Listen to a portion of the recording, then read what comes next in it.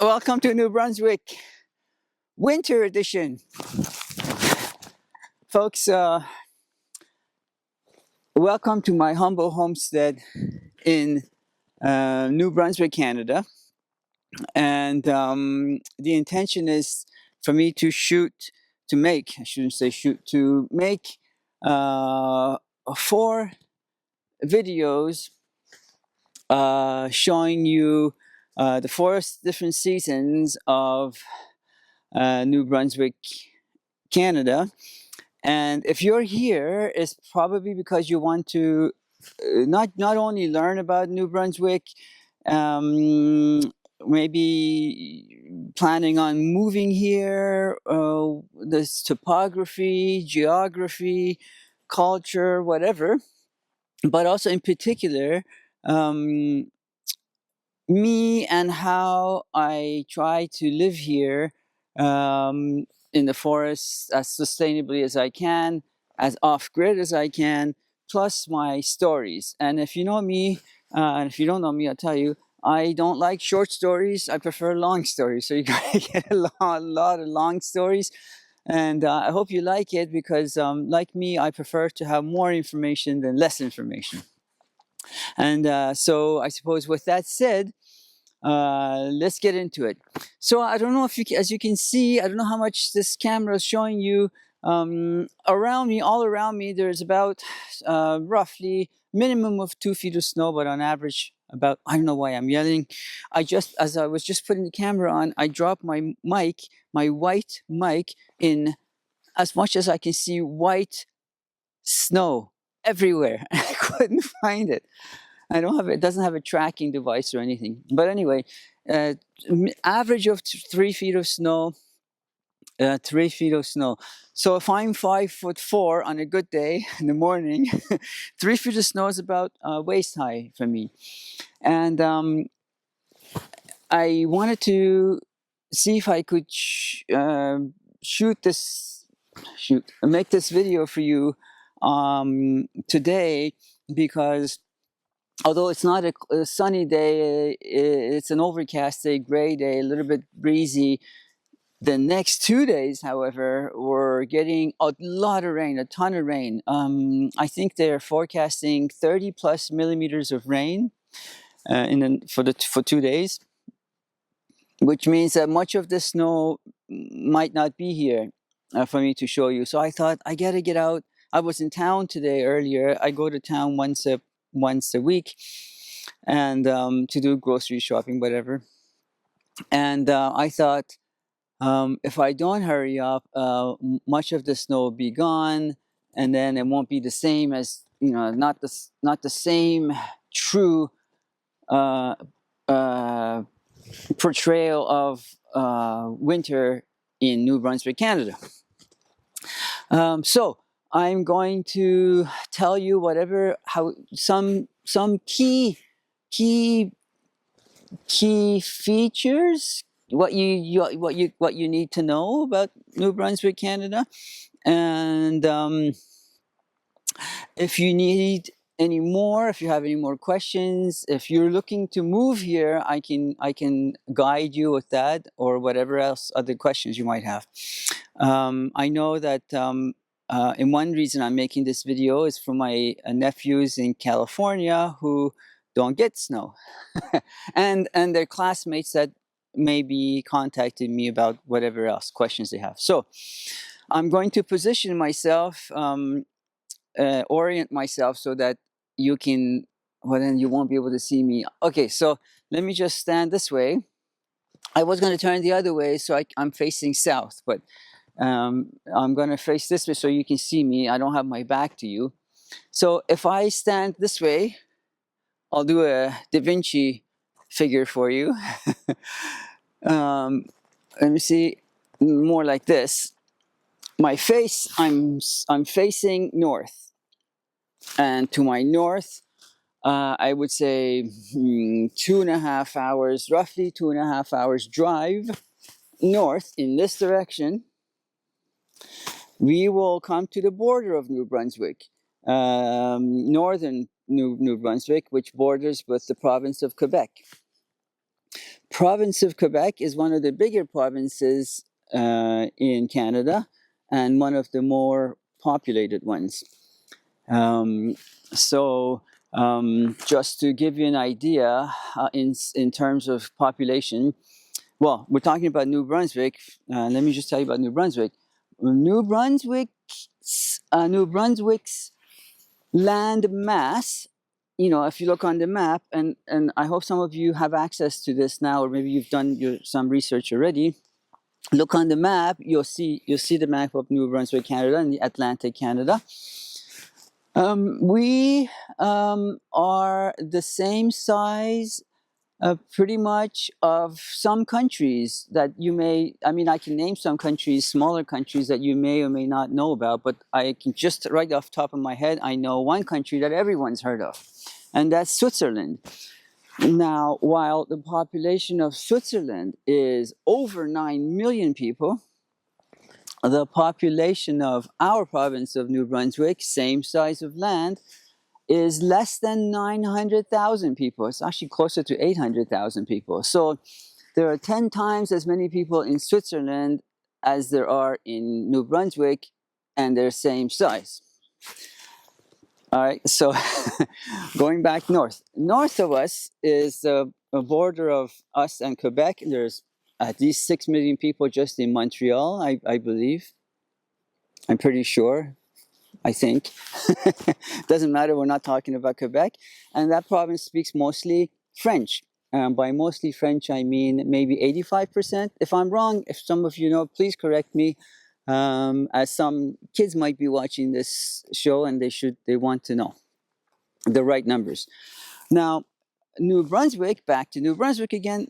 New Brunswick is one of 12 provinces and territories of Canada, and is really the only one of those that is an official bilingual province. So they speak French and in English in our province, and but it's not 50-50. Some regions, like the north that I'm just pointing to, obviously, I guess, maybe not so obvious, but you're going towards Quebec, which is mostly French speaking.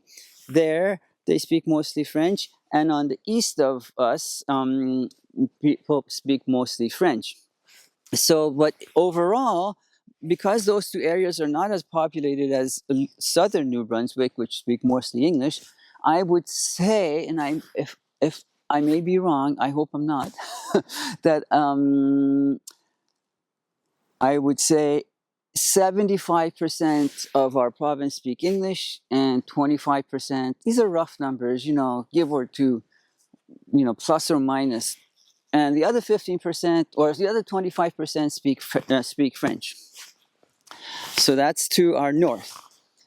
And to our west, that's our west, so northwest, is the state of Maine, is the most easterly state. And that is from exactly where I'm standing. I know this because I've been there. I've been to Quebec too, but that was over 11 years ago. I can't remember exactly how far, but I know the state of Maine is exactly an hour west of us. So if I were to drive an hour west, I would be at the border of Maine and Canada, or New Brunswick, Canada. Same basic topography, same basic temperature, same as Quebec. We're all about roughly same latitude.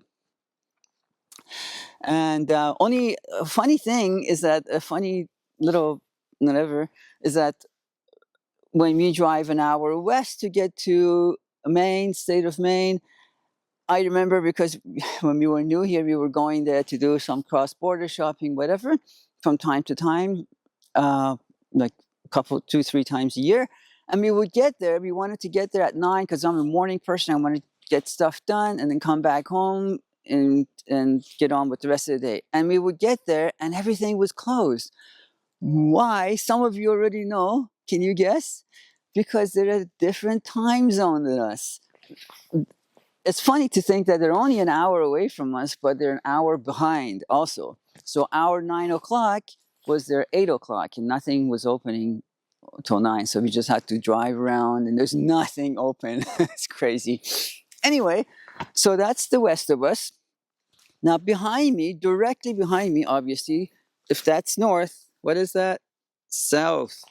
If you were to drive 2.5 hours, maximum 3 hours south, directly behind me, you would reach the end of the province.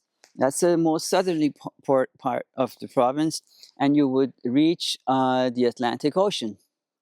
There are towns like St. John, for instance, that somebody might know. Oh, you might have heard of Fundy. Fundy has the world's highest tides. I don't know if it's 30 feet. I think it's 30 feet high. So when the tide is in, this tree next to me, I would say, is about 30 feet tall. This may be 40 feet tall. I don't know. I don't have a measuring stick. But it's high. It's high. It's when the water goes out to sea, you can walk for way far into the where water used to be, and the water will be in 6 hours. But anyway, that city of St. John is probably the most industrial, populated, perhaps blue collar. I don't know. And anyway, they're at, just like most other coastal towns and cities, they're at pretty much at sea level. I will come to where we are, or remind me, please, if you can. So they're at sea level. We are not. We are much higher elevation where I'm standing. And so that's to the north of us. And they also, if you go a little bit farther, then you'll reach Maine. You know, they share more or less the same borders. And so now I've done north, I've done west, I've done north, I've done west, I've done south, and the only one that's left is east. Now, if you were to, from where I'm standing again, if you were to drive, I would say 2.5, 3 hours again, east, in that direction, you will again reach the Atlantic Ocean. And there, like I mentioned before, more people speak French than English. My understanding is, I've never been. But that is the point where if you were to draw a straight line from there across the Atlantic Ocean, you will probably reach, I would think, Scotland, Ireland, Sweden, which ironically we have the same topography. I shouldn't probably say same topography. I shouldn't probably say ironically, because some of you already know, when there was a time when there were no continents. So there was one big gigantic continent, Pangea. Anyway, it doesn't matter. When the continents started to shift and separate and go their own way, we were probably attached to England and Scotland and Sweden and the Northern Europe and the Scandinavian countries, because we do have the same kinds of trees, same elevation, same species of trees as Sweden and Scotland and Norway. So it's not surprising. Although that said, lower south, where I mentioned 2-3 hours away from us, south of us, they have a different, almost completely different topography. They're very flat, the trees are different, everything. And the reason for that is that they are more like Northern Africa type of topography. Now, I know, meaning temperature, they're still in Canada. They're not. They came more like, they separated more from sort of a Morocco area topography. Again, very flat, not mountainous.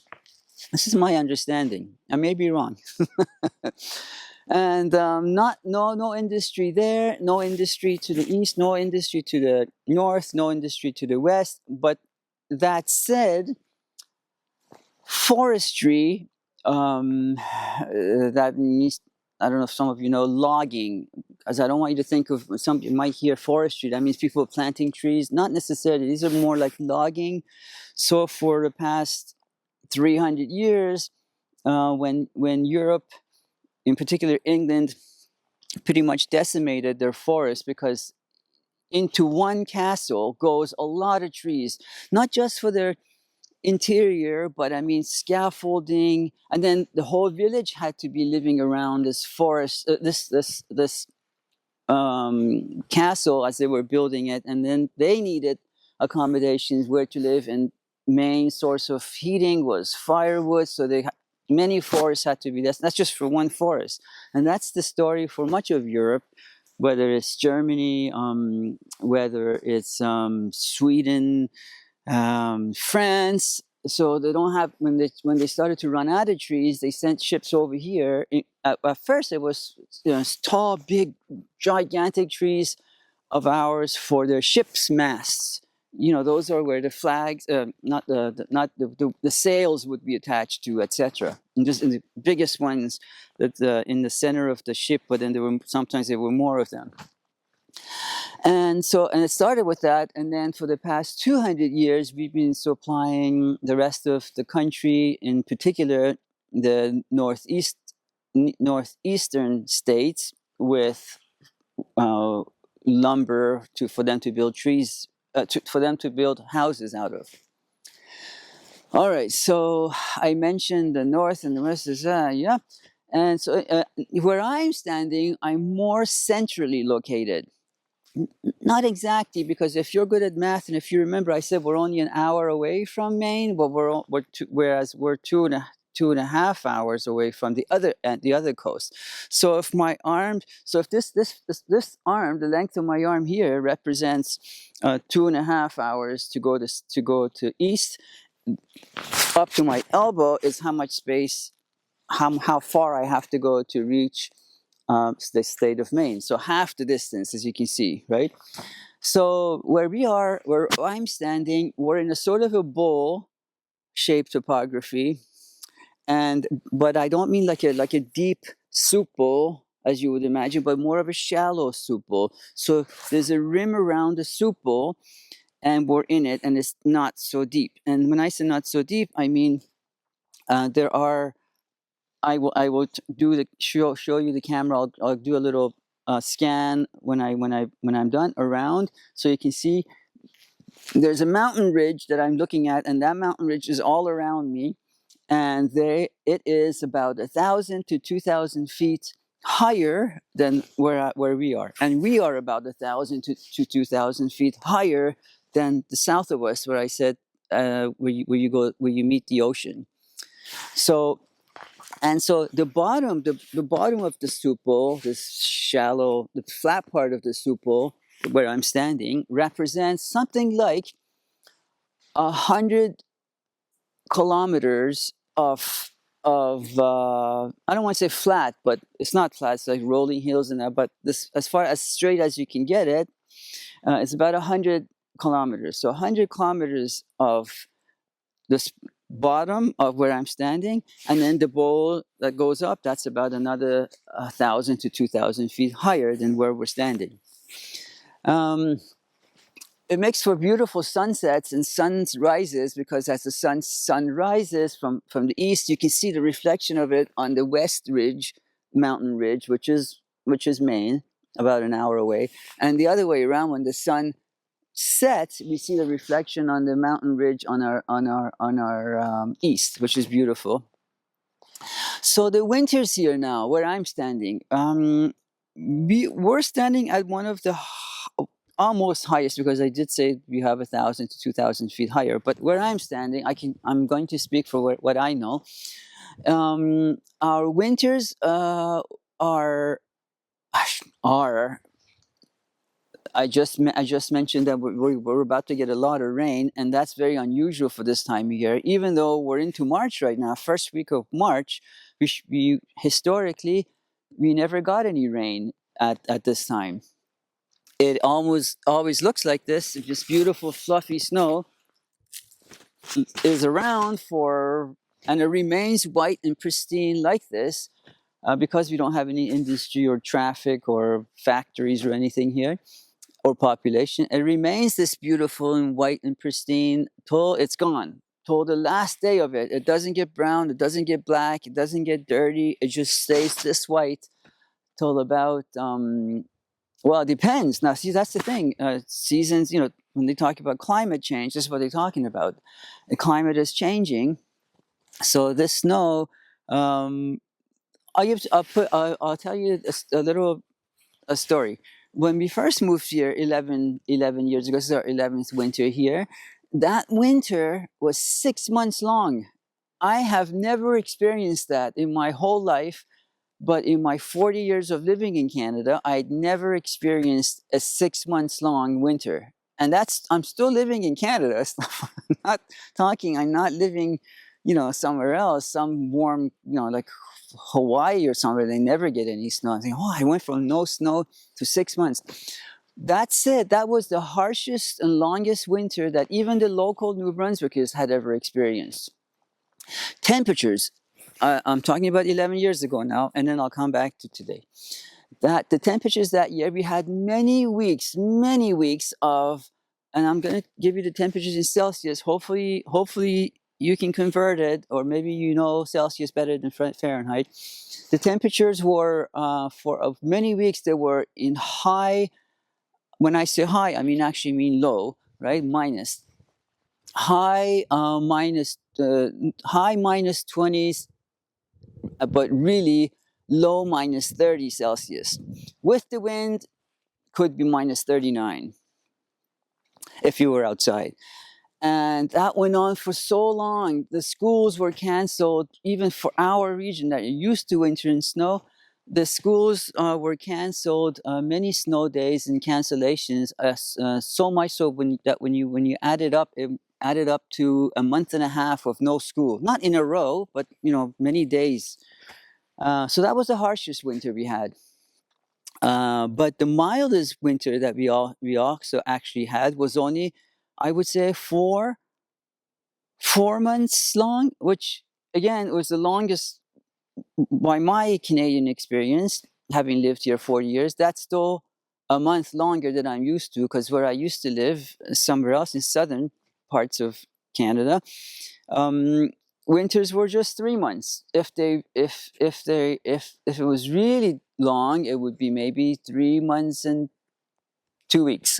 You know what I mean? But never 4 months or 4.5 months. So, but still, I'm excited here today because I can kind of see, taste, smell the spring coming. Maybe it's that rain that I mentioned. Maybe it's raining somewhere in the west. I think I saw the wind, this clouds coming from the west. I still see them, even though it's overcast. You can still see some bigger pieces. So it's coming from west. So maybe that's bringing with it some west from warmer places. So talking about winters now. Our winters used to be also as cold as it was, which it's not anymore. Hasn't been for the past few years. It used to be cold, yes, but also very blue and very sunny, super sunny. I mentioned we're off the grid, so our solar panels were busy harvesting whatever they could, and the batteries were bursting with power, our battery banks. But this year, however, was even because it was warmer, milder, comparably, we had a good 2 months, some might even say 3 months of looking like how you're seeing this now. No shadow, very little shadow. So overcast, very little sun. So thankfully we have a backup generator, or else our batteries would be depleted, even though we have a big battery bank. So that's good. So now every day that is sunny, sun at this time of year is very, as you might heard of the term, high UV rays, which means that the ceiling is unlimited. There's no clouds, there's no smog, there's nothing. So we don't have smog here anyway. So the sun's piercing and beaming right through, and the panels love it. Solar panels, in case any of you know or want to, when they have solar panels, prefer cooler temperatures to warmer temperatures. So given a chance or a choice to solar panels, say, where would you like to be the most productive? In Egypt or Saudi Arabia, when they have all that sun and heat, or in, say, where I am in New Brunswick, Canada, where you still get a lot of sun, not this year, this winter. You can still get a lot of sun, but it's also cold. The solar panels would prefer to be here than there. They're very sluggish. I say this because one summer there was a fire, maybe it was from California, that was finding the bad air or smog or smoke or whatever was finding its way over here after traveling something like 4,000 kilometers, the residual of it. And by the time it reached here, it was summertime, so days are long, and our solar panels were having a very difficult time harvesting sun. First of all, the sun was being blocked by the smoke or whatever, that haze or whatever that was here. But also, in addition to that, it was hot, so it was 30 something temperatures, maybe even close to 40 degrees. And so they weren't managing to harvest, even with the longer days, even though it was summertime. They were having, so I experienced this firsthand. So winters, what else to tell you about winters? Here we have to have 2 sets of tires, one set for winter, one set for like an all-season kind of tires, because if you can think of a very soft plastic, like rubber band, if you leave your rubber band, I know some of you can't experience this in the setting, but you can put a thick rubber band, some broccolis come in that, put that in your freezer, and the next day, go to have a look at it. So maybe 12 hours. When you take it out, this rubber band is completely stiff and hard, and you might even be able to break it. It's no longer flexible and malleable, or not malleable, but pliable, or what's the word I'm looking? Elastic. Whereas in the summertime, that same rubber band you can stretch it so far, not so far, but so far. So winter tires have this special, I guess you can say, chemical or oil in it to prevent it from getting so hard and tough and easy to puncture in the winter. And so it's softer in addition to having this. So then when it gets really cold, that it becomes harder, but not hard. But if you start from a hard tire, like a summer grade tires would have, then when it gets this hard, it gets even harder. It becomes like I don't know, it's like you're driving on wooden wheels. Imagine that, like the olden times. It's so hard, and it could easily puncture and blow up. So that's why you need 2 sets of tires. Winters. Winters here, I mentioned that our snow is very fluffy and light, and so our evergreens, as you know, they're called evergreens because they're always green. They don't change. From time to time they lose some needles, but they pretty much stay green all year long. So although we have a lot of snow and it's beautiful, to not get depressed, we also have the brilliant sun. Not today, a brilliant sun and all this green to look at. I'm talking about my experience here. It's not the same everywhere else in the province, especially people that live in the cities. They don't have as many trees as we do here. So, but I guess that's, they have other things that we don't have. We have things that they don't have, just like you. So springs here used to be now I'm moving to spring.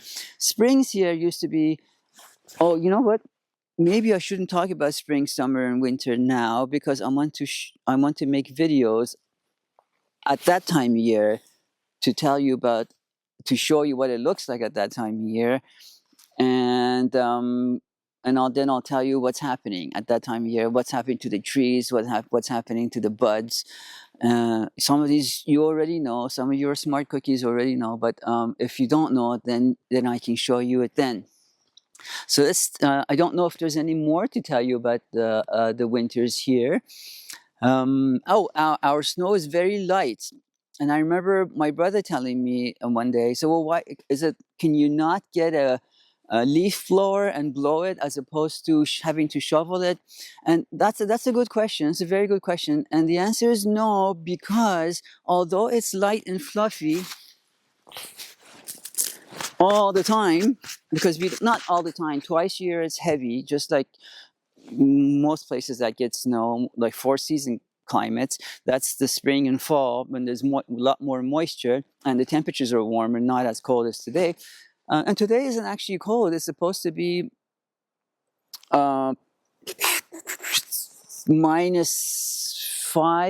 -7, something like that, which is pretty good for this time of year. Couple of nights ago, it was -26 at night. So by comparison, so the leaf blower. Why the leaf blower wouldn't work is that although our snow is very light and fluffy, there is a lot of it, and a snowblower, if you get the gasoline powered ones, which I don't have any gasoline powered tools, they're noisy. They spew pollutants and pollution into the air, and I don't like that. I do have tools like a chainsaw when a tree falls down, or a tree has fallen down but it's leaning on another tree. I don't know if you can see here, but I do have other videos that you can go see in the summertime. And so I do require chainsaw, and that my chainsaw is battery powered, you know, like the battery in your car or the battery we have in the house when we harvest the sun. And so it's quieter, and it's not always running like a gasoline powered chainsaw is always running till you ask it to, till you press the trigger or whatever, so that it starts cutting. And battery powered chainsaws, when you let go, it stops working. There's no noise, nothing. So even if I were to get and I can get a battery powered leaf blower, but because there's so much snow, as powerful as some batteries are today, they wouldn't be able to give me a lot of battery time for me to do our driveway, which is, we have a circular driveway that's about 300 feet, whatever that translates to in meters. And so you have to remember, I'm not blowing a straight line. I'm making a line wide enough for like a truck or something to be able to go through and not hit the sidewalls, as you can see here. So it would require a lot of batteries or keep recharging them, and maybe the motor might heat up or whatever. Plus, it doesn't matter how old you are, it's good exercise. So it takes me, if you don't have a lot of stuff, if you have about this much snow, to do this driveway, it can take me about an hour to do this 300 feet. And there's a video on that too, if you want to see. But if it's more than that, like maybe a foot of snow, then I divide that into 2 days so I don't break my back. Because as light as it is, there's a lot of it. A lot of volume is huge.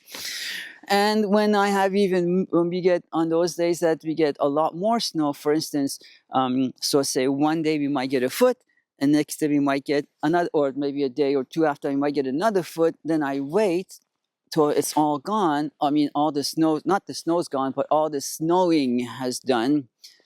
Then I call my farmer neighbor.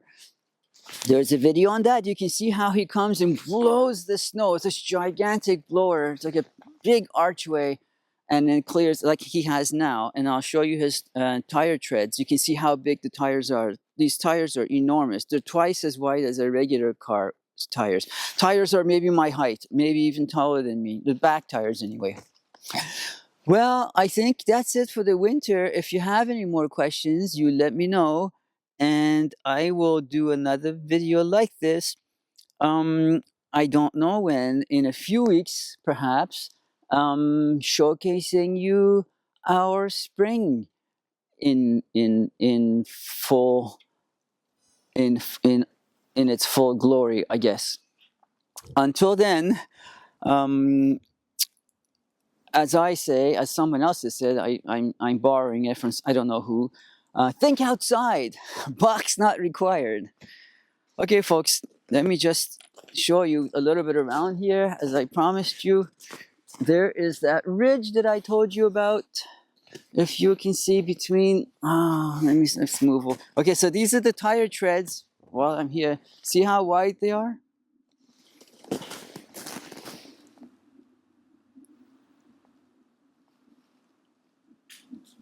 And that's how wide. And look how far apart the tires are. There's one on the right and there's one on the left. That's wider than any car would be. Almost like a, well, it is a tractor, but it's almost like a big dump truck. So, oh, there's the, let me see if I can zoom for you.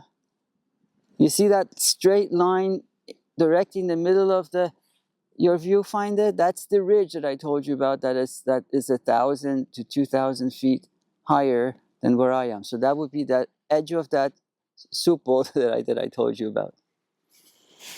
And that goes all around us. In fact, you know what? Let me go to the road. Use tractor treads. Take you to the road, and then I will turn to south direction to show you the absolute highest part of New Brunswick, which is only an hour south of us, but it's the highest part. There's a lot of skiing here too. This is where I am now, is the skier's paradise, because the snow is always fresh, always fluffy. You see that mountain at the end of our road? That's about an hour away from us. That's the highest point in New Brunswick. I don't know the elevation of it, but it's higher than even higher than where we are. You can see how the forest goes. I guess 150 years ago or 200 years ago, this road wasn't here. And if there was anyone did live down that road, they had like a horse and buggy, and in the winter, their buggy was a sled. You can't ride a buggy in the winter on wheels. And see, there's another ridge. Now I'm facing north. I'll see if I can zoom it. I don't have a very big zoom. You see that ridge there? That's the same. That's more of that soup bowl's edge that goes around the north side. The wind is blowing right now from south. I thought it was, so maybe it's southwest. That's the little clubhouse that I built for my daughter. The neighborhood kids never really got used. It's about 100 square feet. Pretty much most of it is made up of upcycled material. I have a video on that if you want to go and look at it. I call it the clubhouse. It's a very short video how I made it. Just to show you, I'm going to set this camera down so you can see how high. I don't know, can you see? Let me see. No, you can't see. Just want to show you how high the snow is from where the ground is, and the snow there, that's about 2-3 feet.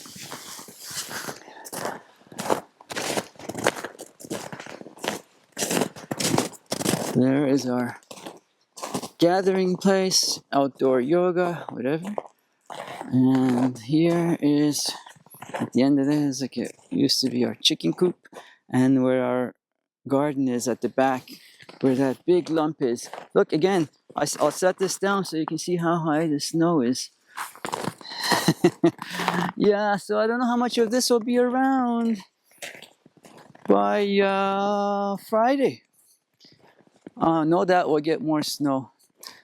Okay, everybody. Let me know if you have any questions. Take good care.